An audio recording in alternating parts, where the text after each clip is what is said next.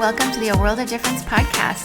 I'm Lori Adams Brown, and this is a podcast for those who are different and want to make a difference. Does it feel like your whole world has just been turned upside down? Are you having trouble remembering to drink water or eat? Does it feel like you're walking in quicksand? You can't even concentrate on normal things? You may be walking through trauma. There may be a crisis in your life or in your government that is causing you to feel that you don't know how to put one foot in front of the other. I have walked through times like this, and it really has helped me to walk with a professional therapist through these times. I highly encourage you to find a therapist, and at betterhelp.com/difference, you can get 10% off your first month today. I myself have benefited from a therapist I've worked with there. You can message your therapist in between sessions, go to extra courses around grief or trauma, find support groups, and also really have a person to help you walk through some of the most difficult parts of your life right now. You can get 10% off your first month today by going to www.betterhelp.com/difference. You deserve to heal. Today on A World of Difference podcast, we have my friend and a very special guest, Julie Castro Abrams. Julie is the CEO and founder of How Women Lead, based here in the Bay Area.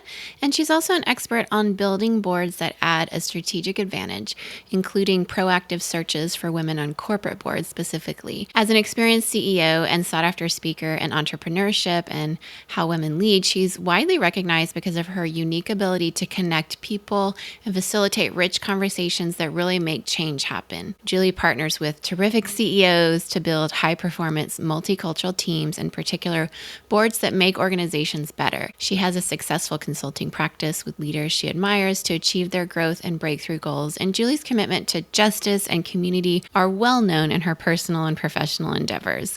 She serves as a leader on boards of organizations that are focused on women and children, Latinos, economic development, and the arts. And Julie is also a philanthropist who launched How Women Invest and serves as the governance chair for the Women's Funding Network.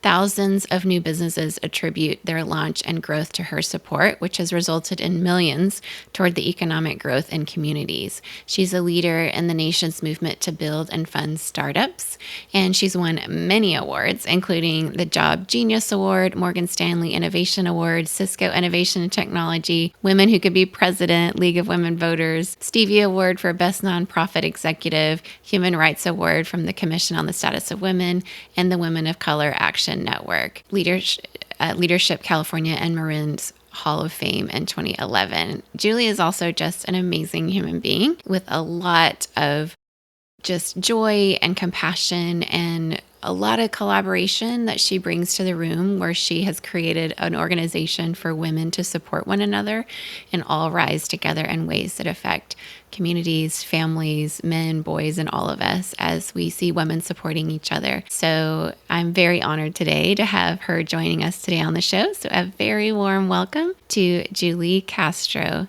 Abrams.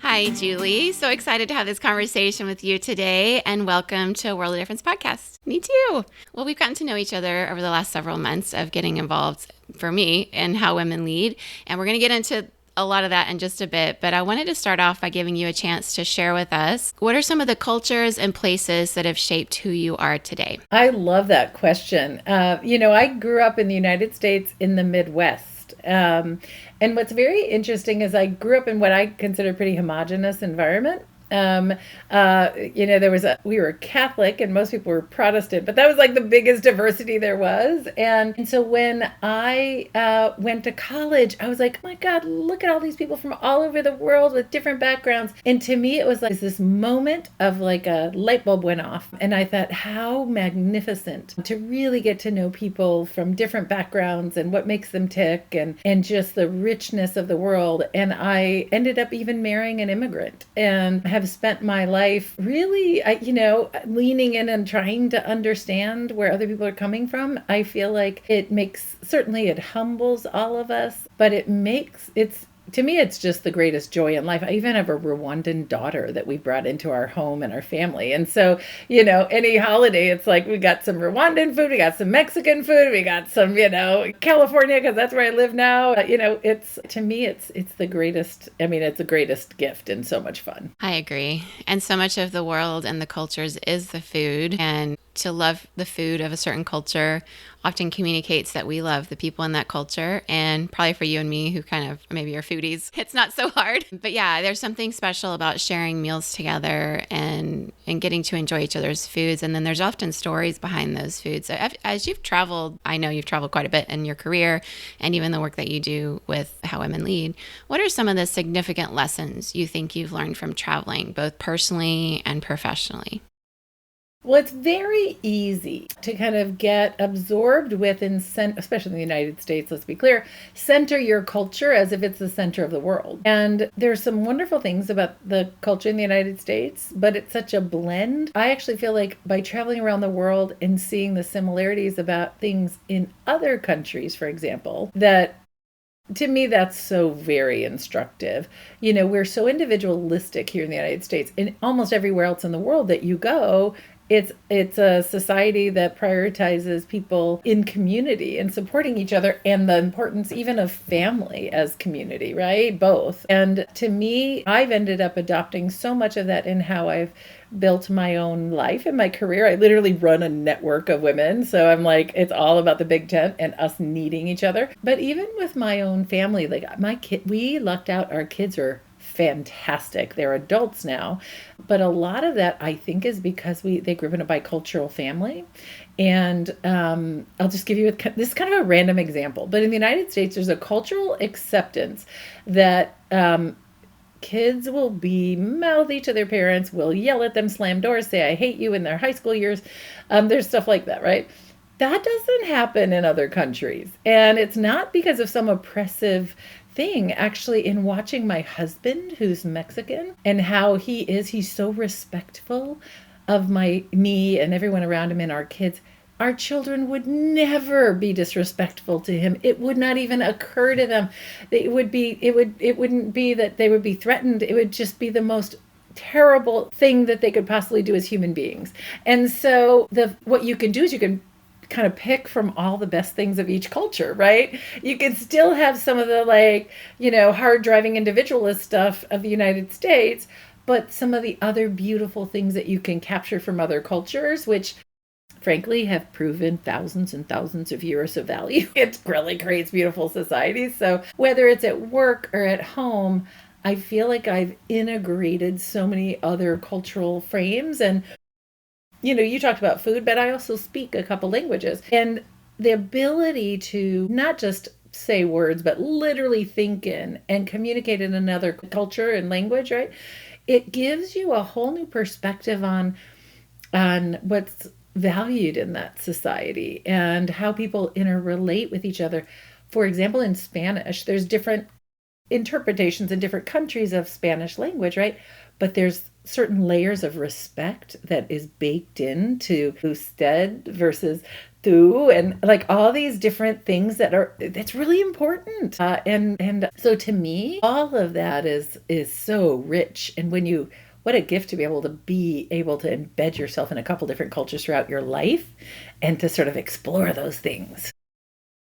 No, I couldn't agree more. I mean, obviously, we both speak Spanish, and then because of my life growing up abroad and working as an expat in Asia for 20 years, I've been able to speak 6 languages. And growing up in Latin America, there was obviously this idea of respect that was embedded in me, a collectivist society. And then in Asia, I felt like there was part of the languages take it even a step further. With words for you, there's so many. I think you can tell how individualistic or collectivist a culture is by how many words they have for people and relationships.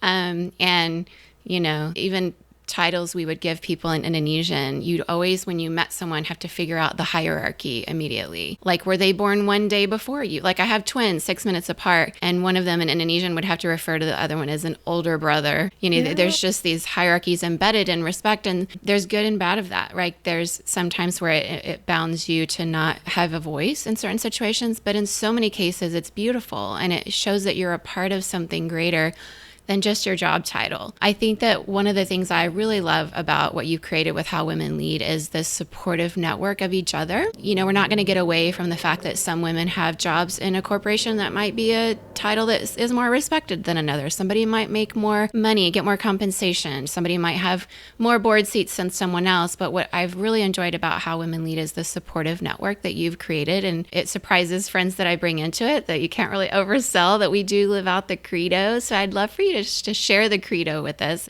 Your work is grounded in this and the core message of how it shapes the organization.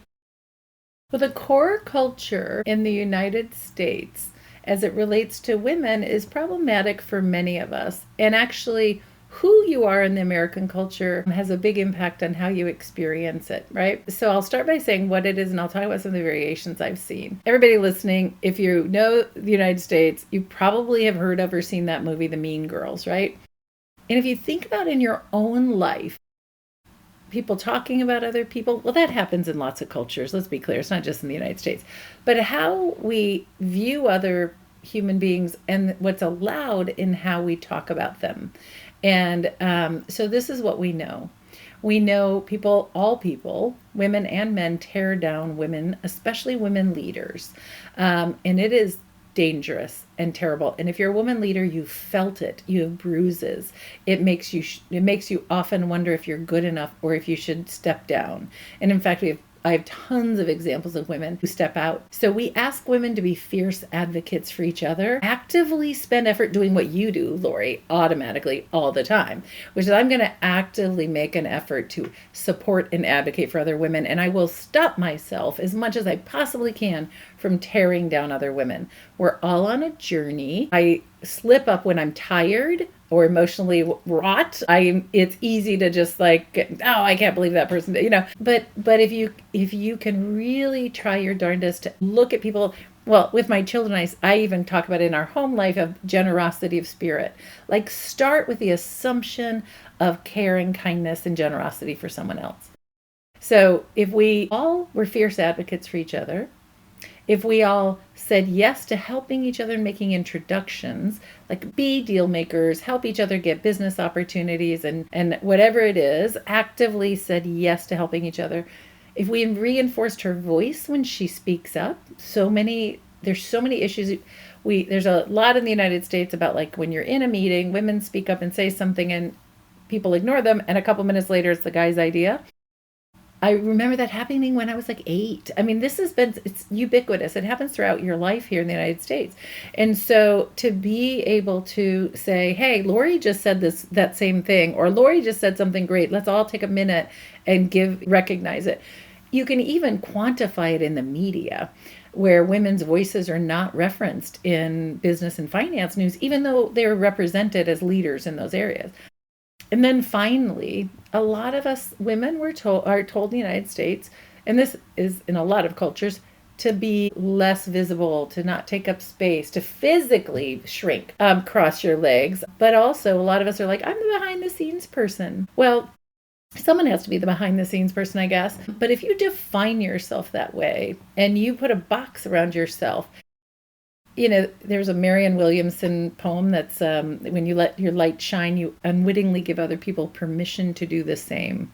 Well, my request of you is just take a deep breath and think, what is my daughter seeing when you shrink and don't take up your power in your space, and your daughter and the other young women around you? What message are they getting about where they get to show up in the world? So often for a lot of us, if I can't do it for myself, at the very least, I'm going to want to do it for another woman, especially someone who's got less power and privilege than I have. So those are the 4 things. Be fierce advocates, reinforce her voice, say yes to making introductions, and be unabashedly visible. It's all countercultural. And when we do it, it's magic because it's almost so these are the rules of the road. It's safe for me. I don't have to carry with me the baggage in my brain of, when I'm about to show up in something of how do I protect myself from not knowing who's going to stab me in the back or whatever, how I'm going to get my needs met in this environment. Result, frankly, women of color have told me they don't, and there's some interesting data on this. There's probably a whole other podcast about, the experience of white women and experiences of Black women and other women in the United States. White women are probably the worst in the country in terms of these behaviors.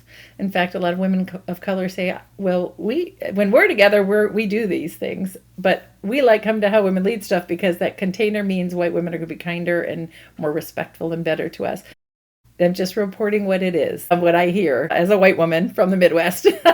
It's pretty powerful and courageous in some ways to claim it and name it. And in fact, say to people, if you can't be kinder to other people, if this is how you need to show up, I don't think this is the right community for you. Yeah, goodness, that's so true. And my own lived experience of having moved to the States and been living here for the past few years it is a whole different experience with my Black women friends. Like, they've helped me walk through hard times in a work environment where I could share things with them, and they have stories from their grandmas and great grandmas that they're living out, the ways they've had to walk through adversity since their ancestors had to walk through some very terrible things here in our nation. Well,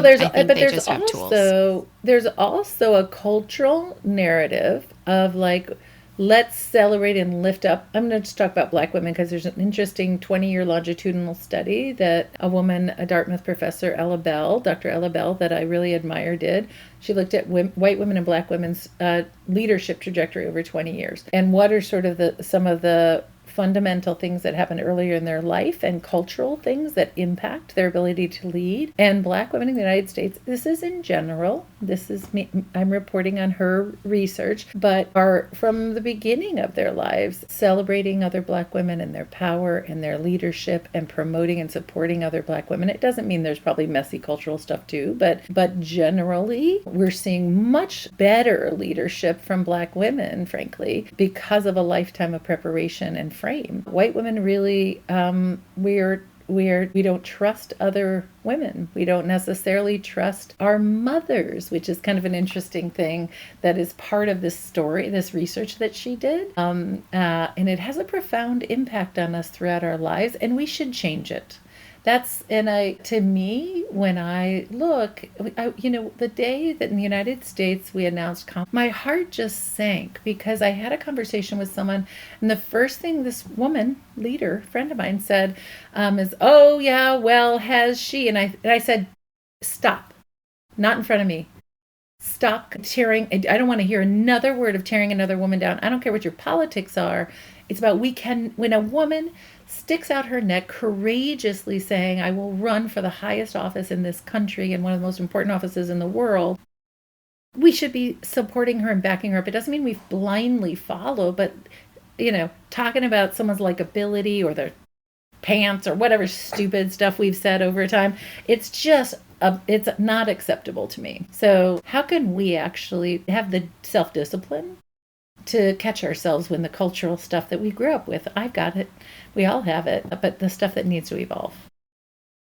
So true. Yeah, I think when I think of Kamala Harris, and I was in similar conversations with people that were very troublesome to me for me to hear as a woman about her. One of the things I think, as far as the Credo goes, that I know several How Women Lead women have expressed to me the hardest one is the unabashedly visible one. And I think that so many women face what Kamala Harris faced, although being a woman of color is extra, of course, is there's that likability trap. You kind of mentioned it, right? So you're either too warm or too strong, and therefore you're trying to thread this needle that's impossible. So the unabashedly visible part, it feels like if you put yourself out there, they're going to call you bad names. They're going to say you're too this or too that, and that you're going to seem too ambitious, which can be a real likability trap we saw that with Hillary Clinton. We saw it with Kamala Harris too. So what are your tips for women as they're trying to be unabashedly visible, but they're struggling with that? Well, first and foremost, I think it is, you need to do it for other women.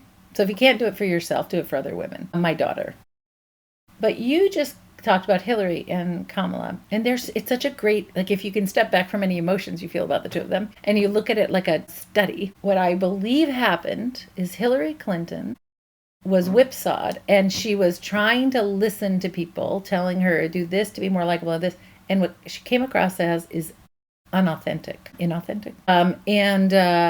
And I don't believe that's what happened with Kamala. I do not believe she came across as not being her core authentic self. And so maybe we've evolved and at least we maybe learned that lesson. I don't know. But I think it's so important for all of us to understand there's dissonance, whether it's obvious or not, when you are not your authentic self. So what that means, if the word isn't familiar to you, it's like it's if you pretend to be a certain way, but it's not really where you really are, whether it's obvious or not, people get it and then they don't trust you. And so whether you are who you are and you have that core culture, and you need to lean into it in order to be able to get the trust of the people that you're trying to communicate with and help them see what the opportunities are. It's so good. Yes, this is why it's so important to support each other, because when you're going against a system that wasn't designed for you, it does take a sisterhood, and that's what you've tried to create, and you've done a great job creating, because I'm already benefiting from it, and so many women are.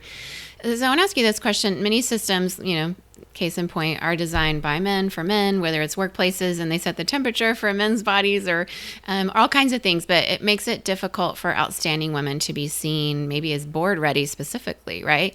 So how does the How Women team, and you specifically, how do you work to disrupt these systems? So culturally in the United States, men are hired and promoted for their potential and invested in, like if you have a company. So people are like, Joe could really be this great leader. How big could this vision that he has get?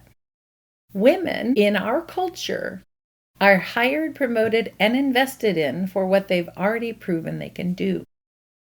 And so we know that has an impact on promotions and all kinds of behaviors that women have, even when you're asking for an opportunity to have a job or a raise. We talk about how women don't ask for enough. Well, the truth is, if you ask for a lot, it's dissonant with what they're seeing, that what you've already done. And so it becomes a problem. And actually people can think about you as too aggressive and all kinds of crazy stuff in the culture, right? So here's my workaround is we can't change other people, but we can evolve ourselves. So arming women with more education and information than they need, access to networks and systems for how they can activate and get engaged in those processes to get seen for a board opportunity. It just gives you a leg up. It gives you more confidence. And it also makes it so you can go to someone and say, well, like the guy, I'm going to say right now, it's not fair, Lori. The guys don't need to go to the class. They don't need the certificate. But you might need to do it for your own confidence, but also for the people that you're talking to. So it reduces the questions because the guy is seen for his potential and you're seen for what you've done. So if you go and you say, well, I have a cybersecurity certificate in governance, corporate governance. I have the whatever, I have expertise around AI and corporate governance. Whatever it is, you might as well, if you're really serious about it, you might as well go get overly educated and overly prepared and overly networked to help you get beyond this. I want the culture to change. I wish we didn't have to do that. It's not fair. It's not okay. But until we all get every woman in the United States living the Credo and then getting the guys to do the same, we might still have to do workarounds. We still do. It's just, these are the facts, right? But the facts are also, and you talk about this quite a bit, research shows that women on boards can really disrupt that groupthink, which is very harmful to business. So can you discuss the significance of that 30% rule on boards and how that's really served as a tipping point? Yeah, thank you for asking that. It's a great question. It's actually very interesting, and everybody listening understands this. You just might not be in the front of your brain. Groupthink means in a group that is more homogenous, or a group that's been together for a long time, we think alike. Of course we don't. We're all individuals. And then the group itself sort of creates some norms and some behaviors where, for example, let's say, Lori, you and I and some other people are in a group and you say something outrageous and I don't agree with it. I'm not going to necessarily call you on it unless I think it's going to be super problematic or devastating, right? Because I'm like, I don't want to disrupt the group environment. I want Lori to feel safe. I want the group to feel good. I don't want Lori to be mad. I don't want to be ousted from the group.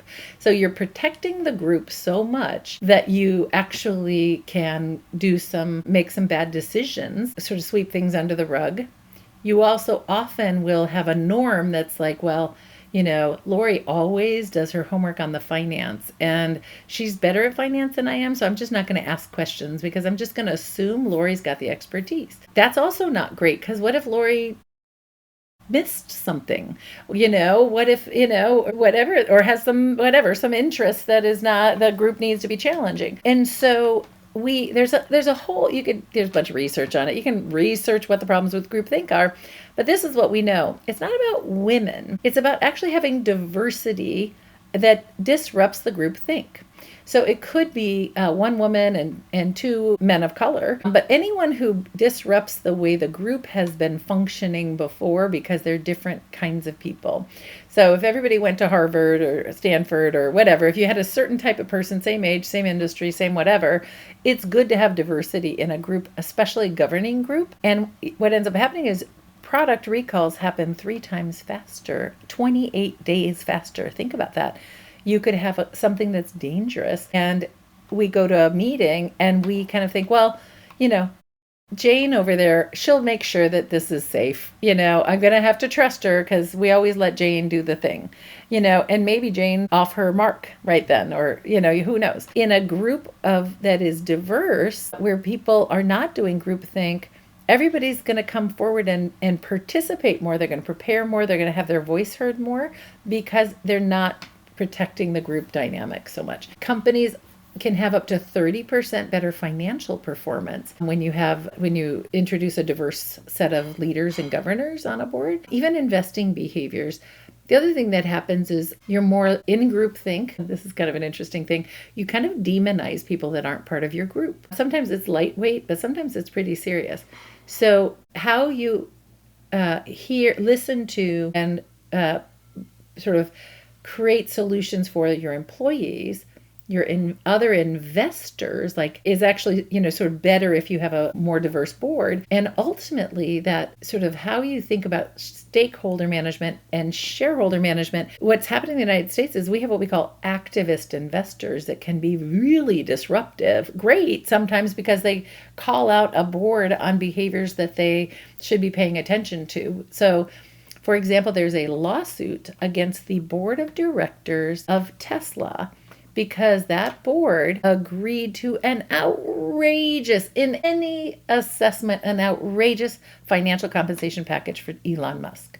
And that's expensive and bad for the company to have that kind of a lawsuit and have to navigate through that. So, if you have enough diversity on a board of thought and leadership, you might avoid having a shareholder takeover. Yeah, it's so important, and bringing differences around the table really does make a difference. I mean, that's the whole point of our podcast here. And we don't know what we don't know. And our lens is very clear, and we all have one. They say that our filters are unique to each of us, as unique as our fingerprint, something I train on in our company globally. And, our cultures, our mother tongue, our families of origin, faith backgrounds, all of that, they're really unique to our own lived experience in these bodies we've been walking around in our whole lives. And so, bringing different perspectives to the table really does give different decisions, more robust ones.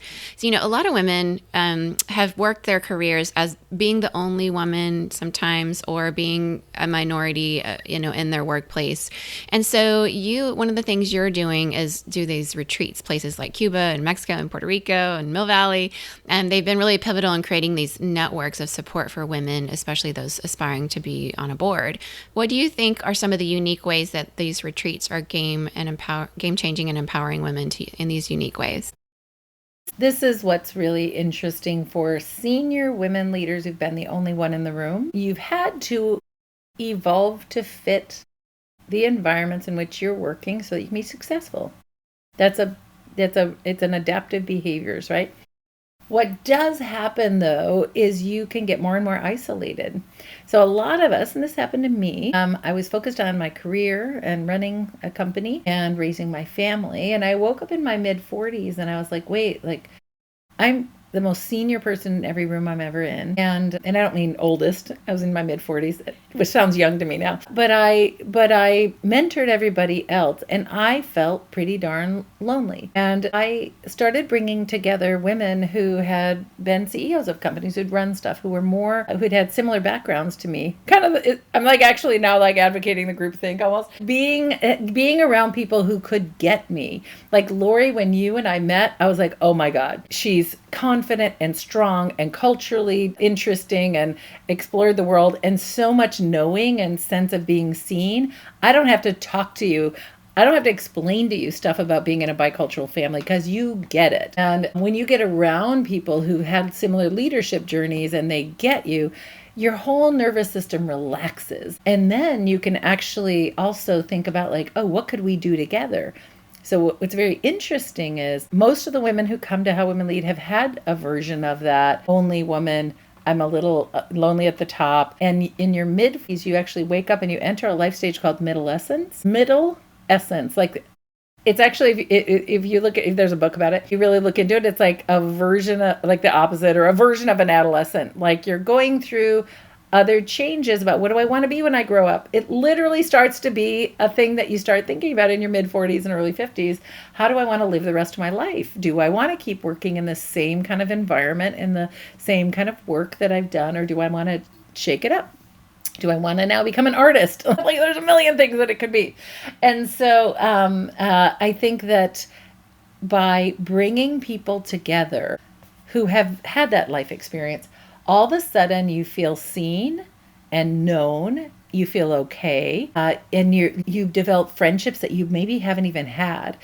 Friends, we all have you got your fun friend, you've got your friend who's the intellectual friend, like you've got all these kinds of different groups of people you've known in your life, but to have people who understand your leadership journey and get you at that level is so important. And we know in this life stage of adolescence, we need to be with other women and have an impact to be happy. So a lot of us start looking at our life and be like, well, I ran up the career ladder and I raised great kids, but now I got to change the world. I want to work on things that are important to me and women's rights or reproductive justice or kids, education opportunity, whatever it is. And having an opportunity to meet other women and envision that together is really so powerful. Just I've seen the beauty of that for sure, and How Women Lead, and then just women's retreats I've been on and previous organizations living overseas. When it comes to some of the things, I know we recently just had our board meeting, and I'm excited about some of the things for next year. But I want to know from you, what are some of the things you're most excited about with How Women Leads programming for the upcoming year?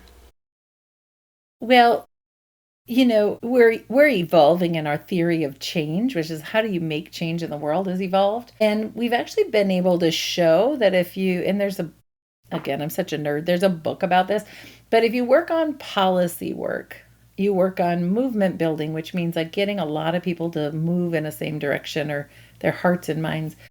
If you have a structure for educating people and then you get into action, like placing women on boards, you can actually move a market that you want to move, like a whole system, right? So in the women on board space, we were at about 9% women on corporate boards and about 2010 on public boards. By 2022, which was just about 12 years, we were at 33% women's representation on public boards. That's massive. We still have work to do. There was a terrible ruling that just came out 2 days ago that we're going to fight against. But the area that I'm really concerned about is the fact that only 2% of all venture funding goes to companies founded by women in the United States. Well, why is that a problem?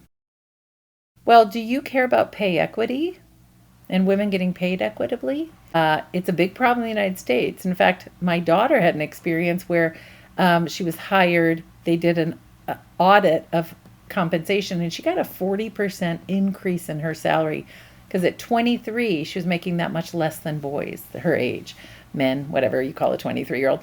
And so to me, you are always going to have to put band-aids on or ask for permission or try and get someone to change their behavior if you continue to only have male-run funded big companies. So I believe focusing on how we can get more equity, like more women getting funding to build and scale great companies, is really important for all of us. So we can have the sort of changes we want to see, like maybe having maternity and paternity leave, family leave, and other kinds of things that a lot of us are working on policies and trying to change things. You don't have to do that if the woman's the CEO. If Lori's running a company, she's not going to pay women less than men. Make sure she'll see the value of women leaders and make sure that you've got women in your C-suite. So to me, that's the big area of opportunity, because not only do we have a problem, but women founders return more for their investors, so there's an opportunity to make more money. The other thing is, women have 52% of the wealth today in the United States, and it's going to be more. It's projected to be 60% by 2030. We have money. We have a generation of women with work experience. 45% of heterosexual households in the United States have a female primary breadwinner. I am one. I make the majority of the money in our household. That is a massive change from what we've ever seen in our country before. So it's good for families. This is not just something that's fair and right for women. Think about it. In those 45% of households, do you think those men don't want their wives to make more money and make equal money and have opportunity to take off time if they're going to have a family? We all will benefit if we can get more women starting and funding. Yes, we will. I love that. I think that that's something that got lost a bit in our political season, was some people focused on this is a woman president and we're just helping women rise. But, we've seen, whether you're working in microfinance and giving money to women around the world, that they spend money. They might spend the majority of the money, but they're spending it not just on themselves, but on their families. And they're the ones often buying the presents. Lori, we've allowed a cultural narrative of division in this country, in the United States, that's not true, and it's terrible. I love my husband. I've been with my husband for 35 years, my entire life. I could not do any of the things I do in my life without him as my life partner. And he needs me to also have fewer barriers and be able to have the leadership and make the money. It's not him against me. And I don't know how it is that in our culture, we've leaned into and allowed this narrative of division, where it's like somehow it's women's rights and feminism means something less for men. It's just, all it means is women should have an equal opportunity, which you want for your daughter and your wife and your sister, don't you? And your mom. Yeah. So I just think we need to evolve and figure out another way this culture in the United States could be better for everybody. And I'm going to also say, certainly we saw this male-female division, and there's all this weird incel stuff that's happening in the United States right now, where somehow people are acting like men are, like women. I don't know. They're blaming women for all kinds of silliness, but we're also really othering immigrants and other people. And, the mantra I heard in our election about how, immigrants are taking something from you and they're violent. That is the absolute opposite of every data point. It is not accurate. And so as a culture, to demonize other types of people and allow somebody else to set a narrative and to lean into that as if there's truth there is irresponsible. And if you are religious at all, it's against every religion I've ever heard of. So, I think we all have to take a deep look at what we've allowed to enter our psyche and how we've allowed somebody else to set a narrative that is not accurate and not good for us. So, yeah, no, not good at all. How we treat people who are coming to our country, I think, is a direct reflection on what our soul is like as a nation. And that's something, Biden really focused on when he first came in, was we've lost the soul of our nation. And he was trying to help us in various ways to regain it. And there's a lot, it's hard to know how this will go. But I think as far as the good work you're trying to do, I know there are many men that listen to this podcast, and we just talked about how the issues of women leaders don't just affect women, but they affect men. I have brothers that I adore, and I have a husband husband and I have boys I'm raising and I have a dad and I have uncles. They all care about what happens to me. And so if there's a man listening and he wants to, be more involved and maybe supporting we didn't even talk about the women leaders of the world part of How Women Lead and the How Women Invest and all the things that How Women Lead does. But if there's a man wanting to get involved or a woman who wants to get involved, but she's busy, is there a way to sort of donate and be a part of this by financially helping give? I would actually say you can certainly donate to the organization, and you could pick a part of the organization that you think is most interesting. We do a lot for social impact leaders around the world. But here's the other thing I'd like to say to everybody here, whether you have a penny or not, can do, is you can look around and you can fiercely advocate for women around you and say, I believe in you and I want to encourage you to look into, well, the things I do. I would, any woman who's working in a corporation, let's say, or on a career trajectory, to say, hey, have you ever thought about going on a board, a nonprofit board, or being an advisor? And if they haven't, say, I think you should look into it. I think you'd be a great advisor or board member. You're a great advisor to me. And so for me, it's about what I call movement building. I want every woman to expand her sights and to think about, how could I envision myself in leadership roles that maybe I hadn't thought of before. Nobody tells a 9-year-old girl about going on a board or investing in a company, but that's something that starts to become embedded into certain cultures, like in the Silicon Valley. If you went to Stanford, you heard about it and talked about it. But a lot of the United States and a lot of the world, those parts of conversations just aren't centered and they're not normalized. Encourage other people to think about their own leadership power. And here's the other thing. I guess you start off by saying the message to men. Well, I know so many beautiful men that are such encouraging, supportive partners for women. It's not good for anyone. They kind of overplayed it a little bit in the Barbie movie, but it's not good for anyone to feel all the pressure of financially providing, or for someone to say the only way a man looks is if he is X and this hyper masculine or whatever. It makes men sick. It's stressful. If you look back in some people do this, let's go back into the 1950s. Those guys were having heart attacks young. Everybody was drinking to be able to survive. That was not good. Let's be real. When women and men can both share, it's like, how about in this decade of our lives, I take the front on the financial side and you take, you do the heart stuff or something else. Like, to be able to have a balanced, safe life where everybody can lean into their personalities and what's best. I'm super strong and my husband is so kind and sweet and supportive. If somebody said he had to be the primary breadwinner and had to have all the pressure, I don't know, it would have been hard. He really loves his life the way it is, being in, respectful, kind, supportive, in service, spending half of his day working out. That makes him happy, and it makes me happy too. I love it. Yes, I think the more we don't put ourselves in boxes or even these vacuums that suck the air out of us and gender rules that are too rigid to help any of us be who we were supposed to be before anybody told us who we were supposed to be, just going with our natural bent, the world is a much better place for us. And we evolve. Like, think about it. I'm in my fees. Like, I've had a lot of different decades. Every decade, in 20s and 30s and 40s and 50s, everybody has different moments in time where you need different stuff, right? Yep.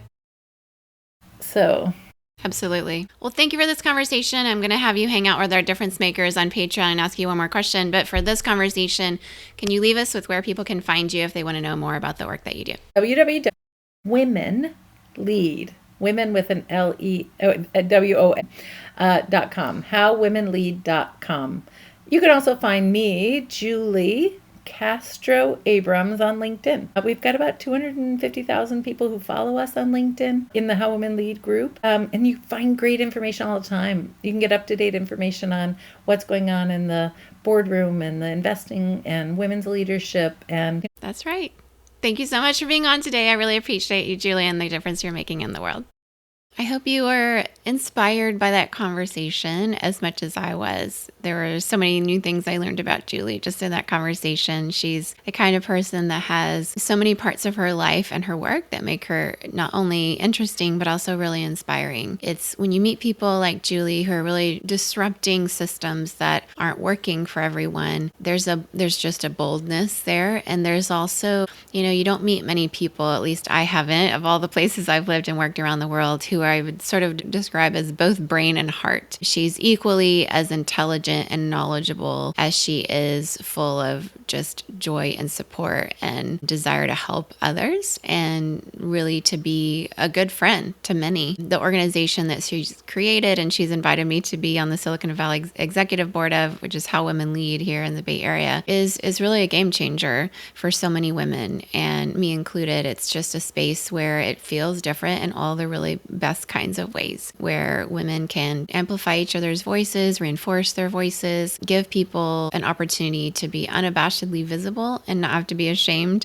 to say out loud the great work we have done and we are doing, where it's a very supportive place to just be who you are and be proud of the work that you've done in a world that, like she said, tries to make women small. And we see spaces around the world where women are encouraged to be small from the time they're young, all the way from in schools where there's I think it's around 7 years old, where girls stop raising their hands in classrooms, where they're told early on that maybe STEM isn't for them, whether it's specifically science or math or both, where they're told in certain situations women don't do sports, just all these ways that women are from young ages told to be small and not talk about themselves so much. Julie has created an environment where we celebrate who we are and we encourage each other to be who we are. It's really a beautiful thing, and it just is a testimony to the kind of person she is and the journey that she has walked through here on this earth. The more I got to know her and I had a chance to meet her husband and got to even experience being with her on election night, she was talking about that. And she invited several of us to a big house up in Mill Valley, California, which is up in Marin County in a town I used to live in. And it was a house up in the redwood trees and the beautiful area of breathing in that oxygen, which we all needed on that night. But she cooked for us, and she's an amazing cook, by the way, and just cared for us and is such a great example of servant leadership. And I would say her leadership style is very empowering and personal and transformational and collaborative in the best kinds of ways, very supportive. And we got to experience her on that night, which was hard for her and for all of us to, see from our perspective what it looked like to have a chance to elect a woman president in the United States, and for it to not happen it's disappointing. Just seeing her sometimes at her best and her worst it's a beautiful thing when you have a leader in your life. And I know many women like her and men like her who are great leaders, beginning to experience how they react to things that are hard, I think is a real test of who people are internally as a leader. And so, yeah, getting to see her in that experience and experience it myself, it was not easy. And to be around each other at that time was really a bittersweet thing. So if this is something you want to know more about, like I said, I sit on the board of How Women Lead here, the Silicon Valley Executive Board. So if you have more questions about it or want to be involved, please let me know. Or if this is something that's really just inspired you to create something similar wherever you are, or it's inspired you just to be more of yourself or be the kind of friend, whether you're a man or a woman, that, like Julie said, says to someone things that help them understand the role they've played in your own life. Like, you give really great advice. Have you ever considered wanting to be on an advisory board because you give great advice to me? Or I see these qualities in you as a leader, and, just letting them know that it feels good. Or asking somebody for help. Like she mentioned, it makes us feel special to each other when we offer help and when we also ask for help, which, as she said, is sometimes the hardest part. And so for all of you who, just like me, struggled with white saviorism, which is an invitation we don't often name, that we're often given for those of us who present as white in the world, asking for help can be really hard. And I learned the value of this when I first moved to Indonesia, and I had almost no language skills. And I had to be like a little baby who had to ask for help. And in asking for help from my neighbors as I was learning the language and figuring out where to buy things and where to go and what to do when earthquakes happened and all kinds of things, it was a very vulnerable experience. But in asking for help, I built some deep relationships that are so meaningful. And I have some special memories of my early months in Indonesia of learning the culture and the language, where Indonesians were so very gracious and kind to offer help to me. And even though I went there to work in nonprofit and essentially offer help, it really was the mutual experience of helping one another that was such a beautiful experience for me, and a real lesson in leadership too. So thrilled to have Julie on the show today. And if you're not yet in our Difference Makers community, I really hope you join us, because I have a great conversation with her there, where I pose a question to her that she posed to us at the winter party in San Francisco a few days ago, where she asked us to write out on this card that she had given us, what do you hope to see in 2025? And she asked a few of us, me included, to come up and share it on the microphone. And I shared mine, which is, I really hope we get to a point of so valuing the work of women, that the unpaid labor of home and the invisible work that women do both at home and in communities such as PTAs and faith-based communities and all the volunteer work, and even in our office environments where we give a lot of women unpromotable tasks like getting the coffee or taking notes or bearing the emotional labor of work, that work is no longer invisible, but that we notice it and that we start to work for equal pay for equal work. And we really see that be achieved both here in California, nationally, and worldwide. So that's my hope and desire. I'm a dreamer on that kind of thing. I have a dream where we can do that. And maybe it's a vision, maybe it's just a hope, but I think it's not asking for too much for equal pay for equal work. Because like Julie said, women are parts of families and relationships. So husbands benefit, children benefit, parents benefit when women are in the sandwich generation and caring for their parents too, and paying for that care that they need at the twilight of their lives. So that's my hope and desire for 2025. And if you join us on the Difference Maker community, you'll get to hear what Julie had to say about what she hopes for 2025. And it's just a really beautiful answer that I think will inspire you too. So join us at www.patreon.com/aworldofdifference to hear her answer to that. And there's a bunch of other exclusive content that you'll get, because our guests, when they come on the show, I ask them to stay over for a little time with our difference makers in that community, so you get exclusive episodes not available anywhere else, and a few extra things like polls and ways to interact around the episodes there if you join us there. Like I said, www.patreon.com/aworldofdifference. Would love to have you join us. Thank you, difference makers, for how wonderful you are.